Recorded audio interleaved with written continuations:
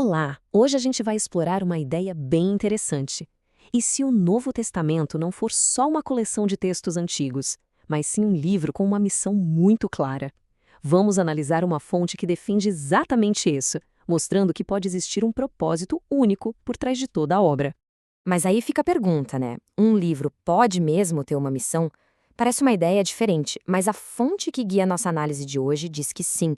E vai além. Entender essa missão seria a chave para desvendar a mensagem central de todo o Novo Testamento. Então, o nosso roteiro vai ser este. Vamos começar com a ideia do livro em missão. Depois, a gente olha para Jesus como o primeiro missionário. Vê a missão em ação, entende o modelo que foi deixado para os crentes e, por fim, refletimos sobre o que seria uma tarefa inacabada. Beleza, vamos mergulhar nisso. Nosso primeiro ponto vai direto ao coração do argumento da fonte. Qual é a verdadeira natureza, a essência do Novo Testamento? A tese é bem direta, na verdade. A fonte afirma que, dos evangelhos até o livro de Apocalipse, o Novo Testamento inteiro é, fundamentalmente, um documento missionário.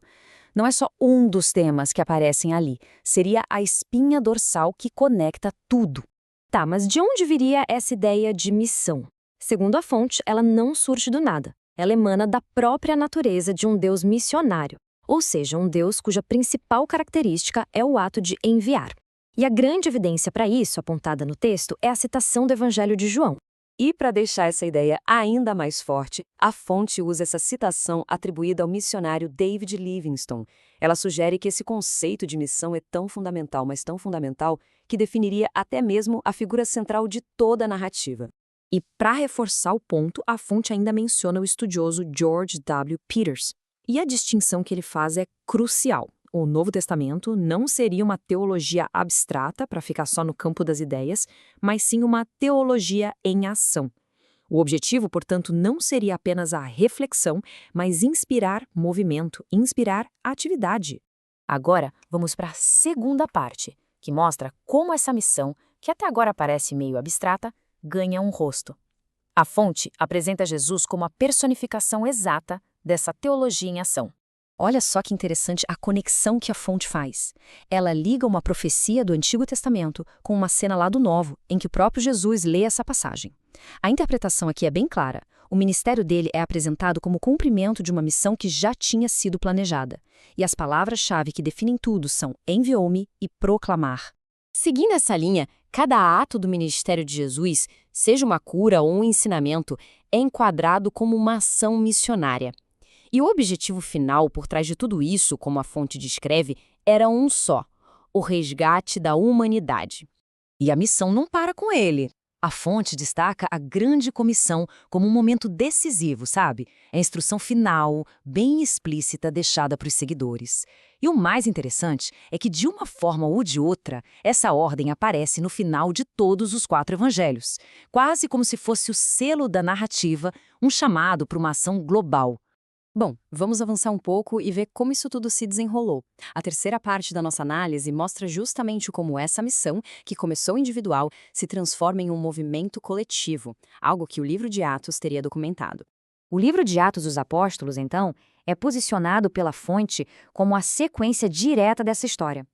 Seria a crônica de como aquela ordem de alcançar todas as nações começou a ser colocada em prática, enfrentando e cruzando todo tipo de barreira cultural.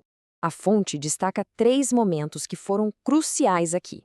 Primeiro, Filipe, que leva a mensagem para fora da sua cultura ao conversar com um oficial etíope. Depois, Pedro, que tem uma virada de chave e percebe que a missão não era exclusiva para um povo só. E, claro, Paulo, cuja transformação de perseguidor para o apóstolo dos gentios, dos não-judeus, simplesmente acelera essa expansão de uma forma drástica. Conforme o movimento crescia, uma nova necessidade aparecia: orientação. A nossa quarta sessão explica como as cartas do Novo Testamento, as epístolas, teriam funcionado como um guia para essa missão que não parava de se expandir. A função dessas cartas, de acordo com a fonte, era muito prática.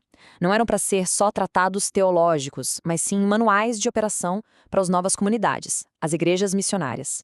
Elas davam a base da doutrina e também a orientação para os desafios do dia a dia. Por exemplo, a carta aos Romanos estabelece a base explicando por que a missão seria necessária para todo mundo. Efésios já foca na unidade, no movimento que era multicultural. As cartas a Timóteo e Tito são quase um guia de gestão de liderança.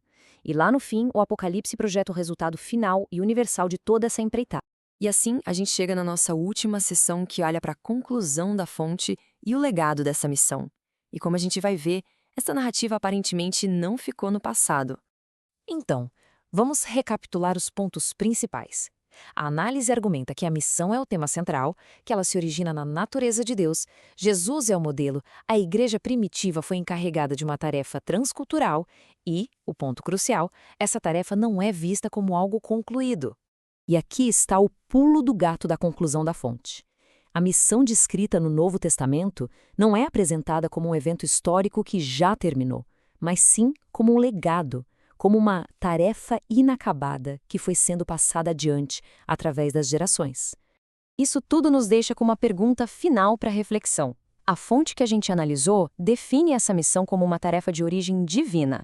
Mas se a gente pensar de forma mais ampla, o que será que dá uma ideia qualquer, seja ela religiosa, filosófica ou política, a força, não só para sobreviver, mas para atravessar fronteiras culturais e resistir ao teste do tempo?